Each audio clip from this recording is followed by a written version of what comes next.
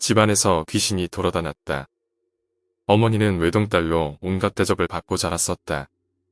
철 모르고 결혼한 아버지와 이혼한 건 내가 초등학교 저학년 때 나와 나이 어린 남동생, 여동생은 어머니를 따라왔다. 외갓집이 지방도시의 명문이었던 덕에 외갓집에 얹혀 살면 자유롭고 유복하게 살 수 있을 거라 생각했던 모양이다. 하지만 외조 부모님은 마음대로 돌아온 어머니에게 경로했다. 결국 채 1년도 지나지 않아 어머니는 외조부님에게 절연당했고 집에서 내쫓겼다. 그리고 얼마 지나지 않아 지역에서 그리 좋은 평가는 받지 못하던 건설회사 아저씨와 재혼했다. 아저씨는 그야말로 벼락부자로 취미도 좋지 못한 남자였다. 하지만 부모님에게 절연당하고 애가 셋 딸린 어머니에게는 최고의 남자였겠지. 한동안 호텔에서 기거하던 우리는 어머니의 재혼을 기점으로 아저씨네 집에 들어가 살게 되었다. 그 집은 무리하게 증축을 거듭한 듯 집은 컸지만 일본식 집에 조립식 가옥을 덧댄 느낌이었다. 지금 와서 생각해보면 그 집 자체가 뒤틀려 있었던 것 같다.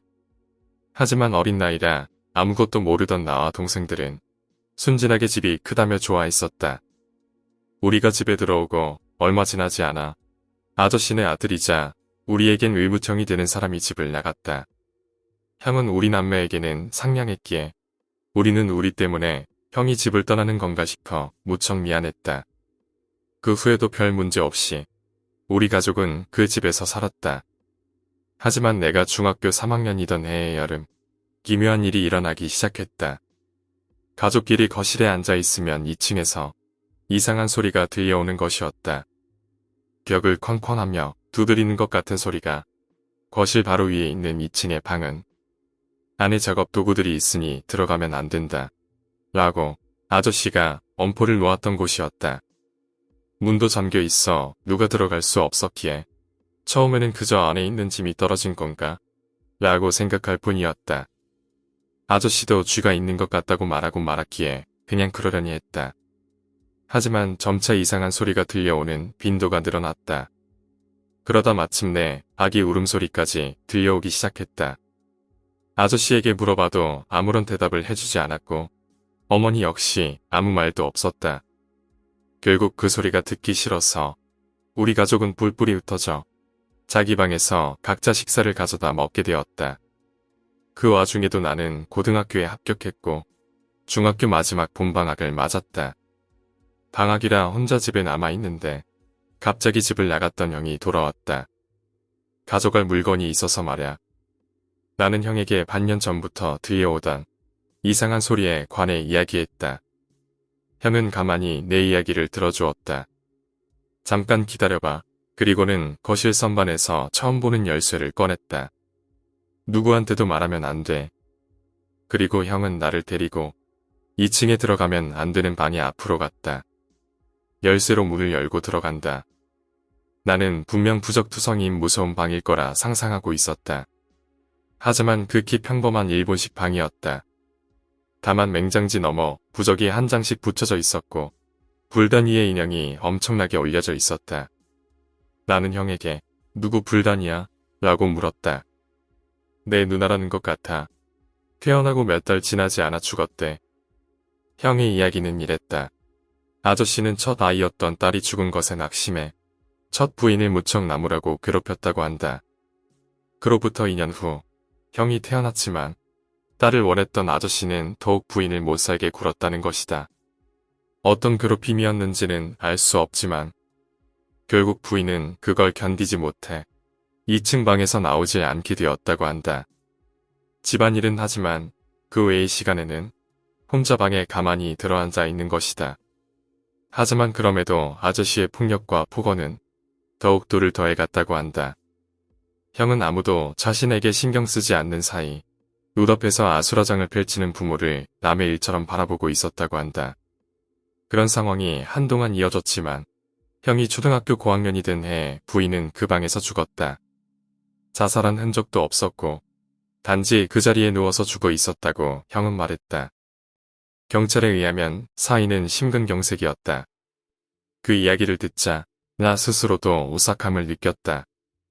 그런 아저씨와 결혼한 어머니가 한심하게 느껴지며 이런 집에 살고 싶지 않다는 생각이었으니.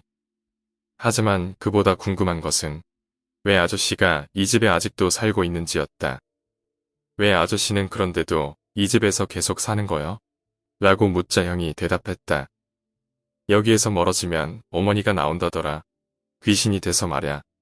부인의 장례식을 마치고 아저씨는 휴양을 겸해 친가에 갔었다고 한다. 하지만 매일 밤 죽은 부인이 움직이지 않는 아이를 안고 아저씨에게 달라붙는 꿈을 꾸었다고 한다. 한밤중 몇 번이고 잠을 설치며 괴로워하는 아저씨를 보고 친척들은 지쳐있는 것 같다며 동정만 할 뿐 어떤 도움도 줄 수 없었다. 아저씨는 형에게 몇 번이고 너한테도 보이지 않느냐며 물었다지만 형에게는 보이지 않았기에 그냥 애매하게 맞장구만 쳤다고 한다. 하지만 집에 돌아오니 그 꿈도 꾸지 않게 되었고 아저씨도 점점 원래대로 돌아왔다고 한다. 그러던 어느 날 아저씨가 부인의 납골당 안치를 마치고 어딘가에 갔다고 한다. 오늘 밤은 안 들어올 거다. 하지만 형이 새벽에 잠이 깨서 화장실에 가려고 일어났더니 아저씨가 얼굴이 새하얘져서 뛰어들어왔다고 한다. 그리고는 불단에 뛰어가 연부를 외웠다나. 또 어머니가 나왔구나 싶었다고 한다. 그뿐 아니라 형이 중학교에 들어갈 무렵부터 2층에서 이상한 소리가 나더니 끝내는 아기의 울음소리가 나기 시작했다. 집 밖에서 자면 악몽에 시달리고 집 안에서는 원인 불명의 소리에 시달리던 끝에 아저씨는 영능력자들을 찾아다니기 시작했다. 내가 아직 어릴 적이라 정확히는 모르지만 아버지도 꽤 돌을 쏟아부었던 것 같아. 효과가 없으면 다른 영능력자를 찾아가고 그런 게 1년 정도 이어졌었지. 그 무렵부터 형은 집에 들어가고 싶지도 않아. 약간 삐뚤어져 밖으로만 나돌아섰다고 한다. 그러던 사이 아저씨는 어느 영매사에게 방법을 알아냈다고 한다. 불재를 올려 영혼의 화를 억누르고 집을 증축해 침실을 불단해서 최대한 멀어지게 하는 것이다. 결국 어떻게든 불단에서 떨어지는 걸 목적으로 증축을 거듭한 결과 지금처럼 크기만 크고 뒤틀린 형태의 집이 되었다는 것이었다. 그런 공양도 했으니 된 거 아냐? 소리는 왜 아직도 들리는 거야? 나는 형에게 물었다. 불재를 올린 지도 한참 지났고 아마 효과가 끝난 거겠지. 형은 무표정하게 대답했다. 어쨌든 이런 집에 있어봐야 좋을 거 하나 없어. 오래 있으면 혹시 안 좋은 일이 일어날지도 모르니까. 너도 고등학교 졸업하면 집에서 나가라. 대학을 가던 취직을 하던 아무튼 다른 데 나가서 살아. 형은 마지막으로 내게 당부하고 문을 잠궜다. 동생들한테는 내가 알아서 해. 이야기를 해주던 말던 아직 둘 다 어리니까 시기를 잘 봐서 얘기해 주렴. 그리고 형이 돌아간 후부터 낯선 사람들이 집을 드나들기 시작했다. 아마 영매사였을 거라 생각한다. 그 무렵부터 집안에는 이상한 향 냄새가 감돌고 뜻 모를 연불 같은 게 계속 흘러나와. 옆집에서는 매일같이 불만을 제기할 정도였다. 내 고등학교 입학식에는 어머니도 아저씨도 오지 않았다. 가족이 뿔뿔이 흩어져 자기 방에서만 지내는 나날이 이어졌다. 여름 무렵 이상한 소리는 사라졌다. 영매사 중 누군가 성공했나 싶었지만 그 후에도 거실에 나와 있는 가족은 아무도 없었다.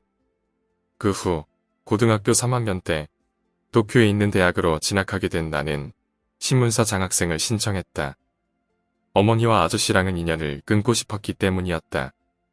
그러던 도중 2월 막바지에 들어 다시 이상한 소리가 들려오기 시작했다. 그것도 이제는 집안에서 말이다. 나는 말하려면 지금밖에 없다는 생각에 졸업식 다음날 동생들에게 형한테 들은 이야기를 해줬다. 당연한 이야기지만 그날 밤 아저씨와 어머니에게 잔뜩 야단을 맞았다. 그 무렵 형과는 연락이 끊겼던 터라 솔직히 형에게 들은 이야기라고 고백했다. 더불어 아저씨가 어머니에게는 비밀로 했던 전처에 대한 폭력과 대학에 가면 이 집을 나갈 생각이라는 것까지.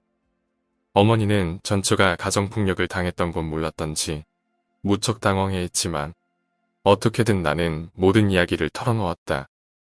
그리고 그대로 집을 나와 친구네 집에서 숙박하다 장학생에 선발되자 도쿄로 상경했다.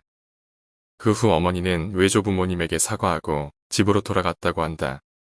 이혼 신고서만 던져놓고 집으로 돌아와 가업을 돕고 있다나 두 동생들은 어머니를 따라 외갓집에서 살고 있다. 다만 아저씨는 어머니가 던져놓은 이혼 신고서를 제출하지 않아 남동생이 뒤처리하느라 땀 좀 뺐다고 한다. 나는 대학에 들어갈 무렵 선배에게 도움을 받아 아저씨네 호적에서 나왔고 지금은 친아버지 성을 따라 평범히 살고 있다. 이제 와서 새삼 이야기를 늘어놓게 된 것.